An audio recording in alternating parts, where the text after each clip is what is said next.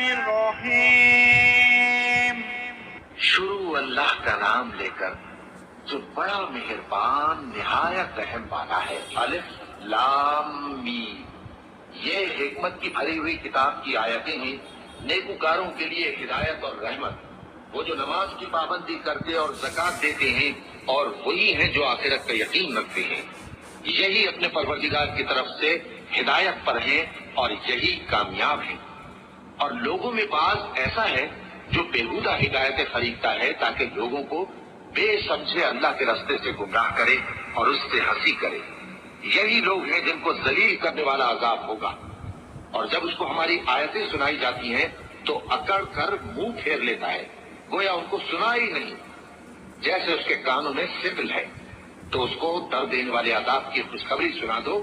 جو لوگ ایمان لائے اور نیک کام کرتے رہے ان کے لیے نعمت کی بات ہے، ہمیشہ ان میں رہیں گے۔ اللہ کا وعدہ سچا ہے اور وہ غالب ہے، حکمت والا ہے۔ اسی نے آسمانوں کو ستونوں کے بغیر پیدا کیا جیسا کہ تم دیکھتے ہو، اور زمین میں پہاڑ بنا کر رکھ دیے تاکہ وہ تم کو لے کر ڈولنے نہ لگے، اور اس میں ہر طرح کے جانور پھیلا دیے، اور ہم ہی نے آسمان سے پانی نازل کیا، پھر اس میں ہر قسم کی نفیس چیزیں اگائیں۔ یہ تو اللہ کی تخلیق ہے۔ اب مجھے دکھاؤ کہ اللہ کے سوا جو ہستیاں ہیں انہوں نے کیا پیدا کیا ہے۔ حقیقت یہ ہے کہ یہ ظالم کھلی گمراہی میں ہے۔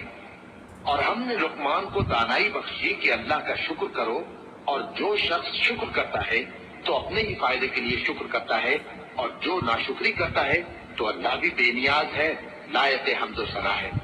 اور اس وقت کو یاد کرو جب لقمان نے اپنے بیٹے کو نصیحت کرتے ہوئے کہا کہ بیٹا، اللہ کے ساتھ شرک نہ کرنا، شرک تو بڑا بھاری ظلم ہے، اور ہم نے انسان کو جسے اس کی ماں تکلیف پر تکلیف سہ کر پیٹ میں اٹھائے رکھتی ہے، پھر اس کو دودھ پلاتی ہے، اور آخر کار 2 برس میں اس کا دودھ چھڑانا ہوتا ہے، میں نے تاکید کی ہے کہ میرا بھی شکر کرتا رہے اور اپنے ماں باپ کا بھی، کہ تم کو میری ہی طرف لوٹ کر آنا ہے۔ اور اگر وہ دونوں تجھ پر زور ڈالیں کہ تو میرے ساتھ کسی ایسی چیز کو شریک کرے جس کا تجھے کچھ بھی علم نہیں، تو ان کا کہا نہ ماننا۔